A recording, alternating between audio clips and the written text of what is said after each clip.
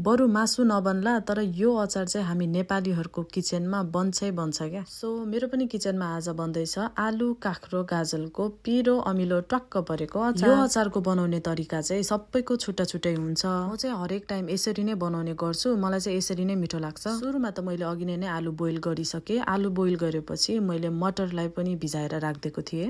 अनि अब सुकेको खुर्सानी लिएर त्यसलाई 1-2 मिनटको लागि भुट्दिनु पर्छ। त्यसै गरी तिल र जिरालाई पनि हामी त्यसरी नै 1-2 मिनटको लागि भुट्दिन्छौँ। आलुको सेप चाहिँ तपाईहरुलाई जस्तो काट्न मन लाग्छ त्यस्तै काट्नु होला। मलाई चाहिँ आलु लास्टमा त्यो मुस्दाखेरि एकदमै मसिनो हुने गरी मुस्न मन लाग्छ के, त्यही भएर म चाहिँ अलिकति काटेको जस्तो मात्र गरे हो। अब चाहिँ भनेको हामीले अघि नै काटेर राखेको सबैलाई एकै ठाउँमा हाल्दिने। अनि त्यसपछि हामीले पिनेको जिरा र तिलको धुलो, सुक्या खुर्सानीको धुलो, अनि काटेर चिरेको हरियो खुर्सानी, स्वाद अनुसार नुन, अनि थोरै धनिया, अनि त्यसपछि अमिलो कतिको मन पर्छ त्यो अनुसारले कागती हाल्नुपर्छ। साइडमा तोरीको तेल लिएर त्यसमा हामीले मेथी फुराइदिन्छौँ। अनि बाँकी भनेको तेललाई झैँय गरिदिने। अनि त्यसपछि मजाले मिक्स गर्ने सबैलाई। अनि रेडी हुन्छ हाम्रो मिठो अमिलो टक्क परेको मुला काँक्रो गाजरको अचार। अब चाहिँ खाए ल।